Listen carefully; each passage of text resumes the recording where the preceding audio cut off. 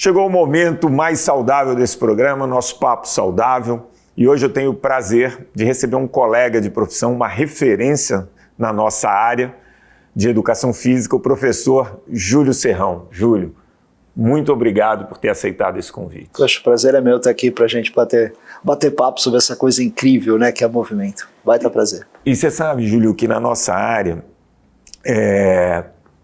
desde a época ali da faculdade vão surgindo tendências, modas e tal, e você é uma pessoa que dentro da nossa área tem um respeito de todos os outros profissionais. E não só o respeito, né? Você tem um conhecimento muito bacana. Então eu quero começar, obviamente hoje a gente tem um número de pessoas sedentárias cada vez maior.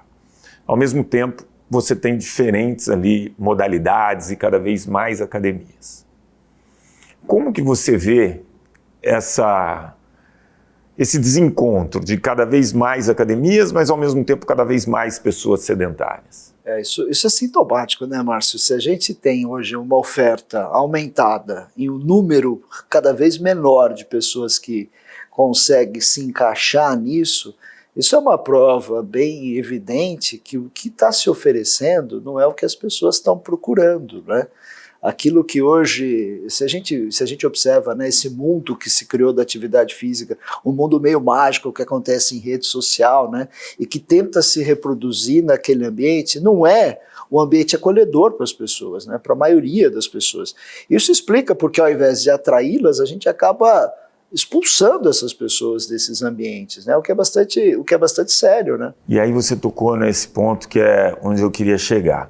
Você tem hoje as mídias sociais como uma maneira muito fácil de chegar à informação ou à desinformação às pessoas.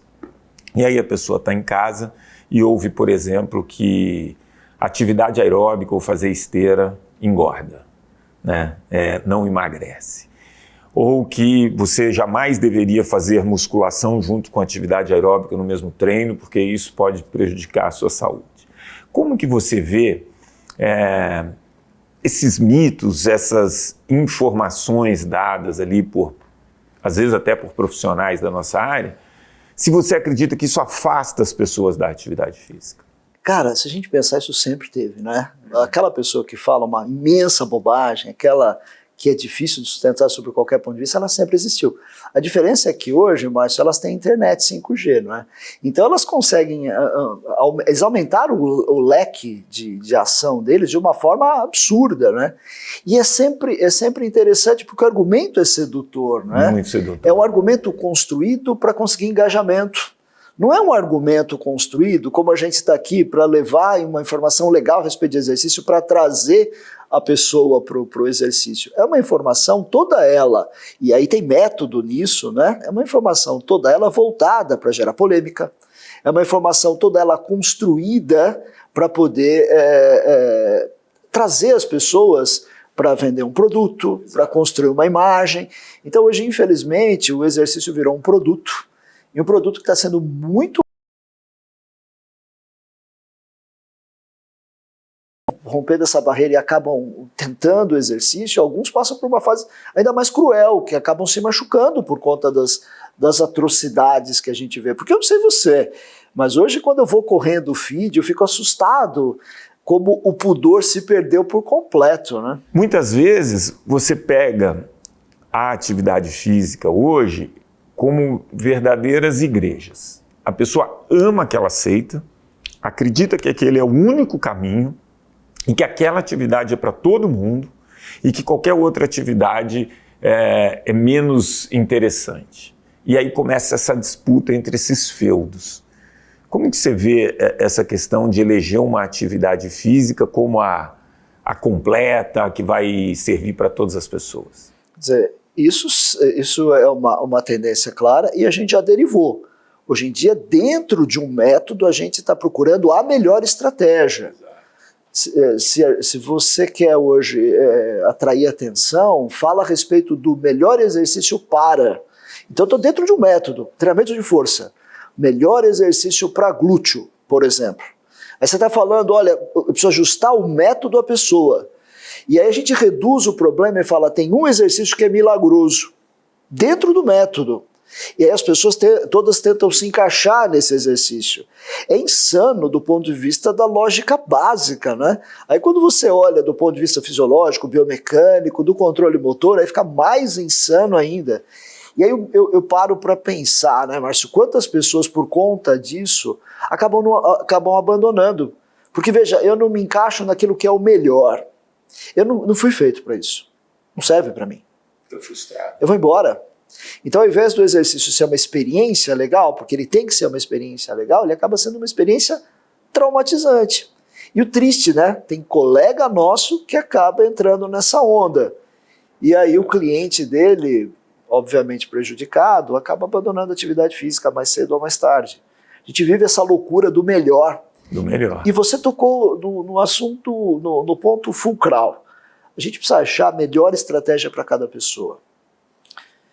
Dá trabalho, mas dá resultado também, né? É a única forma. Antigamente, para perder peso, era a caminhada. Depois a caminhada passou a engordar, né? Um fenômeno quase que corre.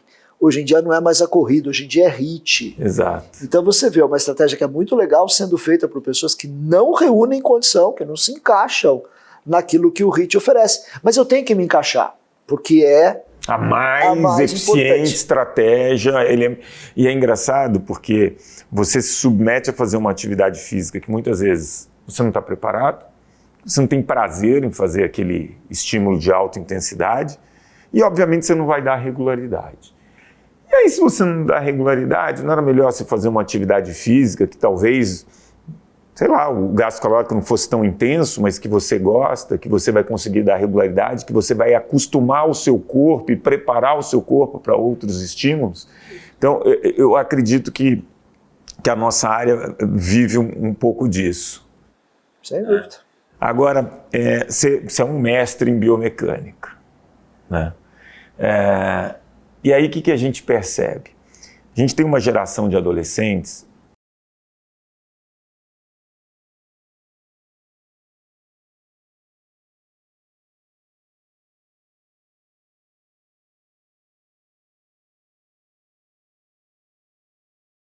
sem ter domínio de como agachar, fazer movimentos básicos de biomecânica. E aí chega no médico e o médico fala, você tem que fazer atividade física. Como lidar com esse desafio de pegar uma geração que não tem esse conhecimento do próprio corpo, não foi desenvolvido ali as habilidades quando tinha ali 12, 15, 16 anos e tem que começar, por exemplo, não sabe nem correr. Como lidar com isso na parte biomecânica? Qual o conselho que você daria para essas pessoas? Aí você veja, essa pessoa com esse perfil, vamos imaginar, hoje a academia é o grande vetor para começar a atividade.